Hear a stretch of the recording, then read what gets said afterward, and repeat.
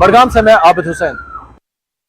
एक तरफ जहां JKSSB की जानिब से कंप्यूटर पर मबनी तहरीरी इम्तिहान मुलतवी करने के ऐलान का खैर मकदम किया जा रहा है, वहीं जम्मू में SSB उम्मीदवारों के ग्रुप ने एहतजाजी मुजाहरा किया।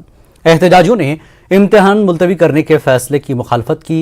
उन्होंने वक्त पर इम्तिहान अमल को मुकम्मल करने का मुतालबा किया। एहतजाजियों के इस ग्रुप ने वक्त पर सिलेक्शन लिस्ट जारी करने का भी जोर दिया।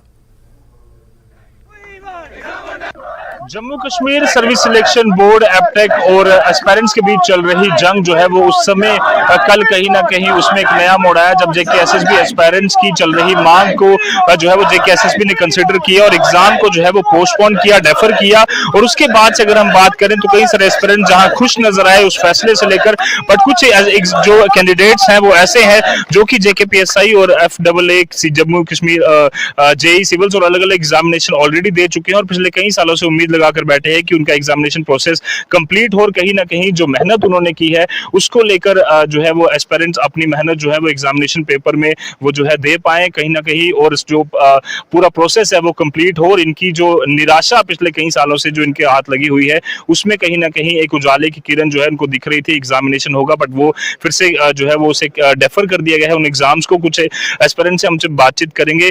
क्या कुछ कहना चाहेंगे जो एग्जामिनेशन प्रोसेस को डेफर किया गया है और ये कहा जा रहा है कि एपटेक कंपनी के खिलाफ भी जांच होगी, इस तरह की बातें? सर सबसे पहले तो जो एपटेक की बात आ रही है, सर एपटेक जो एक कंपनी उन्होंने किया पूरी लीगल प्रोसेस है। जैसे चेयरमैन सर ने भी बोला है कि जो प्रोसेसेस फॉलो करनी चाहिए वो सारी फॉलो की गई हैं।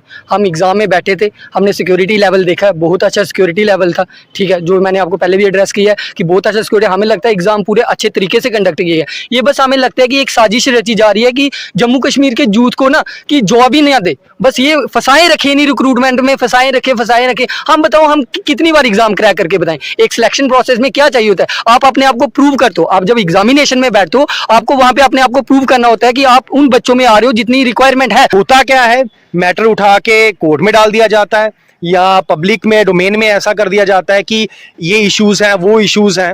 जो इश्यूज हैं वो छोटा सा एक इशू उन्होंने बनाया हुआ है एपटेक को लेके, जो कि बाकी सबने क्लेरिफाई किया, चेयरमैन सर ने डाला और JKSSB ने भी कुछ अप्रीहेंशन है तो उसको क्लियर किया जाना चाहिए, उस पर जांच होनी चाहिए। जो बच्चे हर एक तरीके से आपको भी बिठाया जाए, उनको बिठाया जाए। जी सर, उसमें कोई दिक्कत नहीं है। LG सर ने बोला कि अगर आपके पास कुछ है आप बताइए आगे आके। कोर्ट में अगर जो चल रहा है अभी, जैसे मैं आपको एक चीज और क्लियर कर दूं इंपॉर्टेंटली, जुडिशरी को लग रहा है कि ये सबको एस्पिरेंट बन रहे हैं, ये सारे एस्पिरेंट हैं। Now today I am declaring on your channel कि हम भी कोर्ट जा रहे हैं। Today we are filing the case in the high court and these are our affidavits और हम ये कोर्ट में फाइल कर रहे हैं with the response sheet what marks we get in that, हम ये हाई कोर्ट में डाल रहे हैं। बच्चों को पेपर से 20, 25, 30 दिन पहले पता था SI के कि एपटेक एग्जाम ले रही है।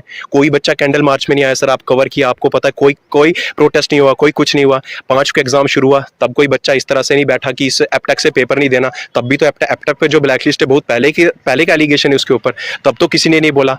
20 तारीख को पेपर खत्म हुआ तब भी किसी ने नहीं बोला। 31 तारीख को जब की आई तो उसके बाद इनको लगा कि जो एपटेक है वो ब्लैक लिस्टेड है। तो सर देखिए, अब मैं आपको यहाँ से, ये टोटली एक प्रोपेगेंडा है। मैं आपको बताना चाहूंगा प्रोपेगेंडा कैसे सर। देखिए इसमें क्या होता है, जिन बच्चों के मार्क्स बन गए वो हमेशा ही 2%, 3% होंगे। आपको पता है सर, सवा लाख बच्चा अगर एग्जाम दे रहा है, अगर 1,20,000 बच्चा एग्जाम दे रहा है तो 1,19,000 की नौकरी नहीं लगनी है, ये श्योर है, क्योंकि सिर्फ 1000 पोस्ट है।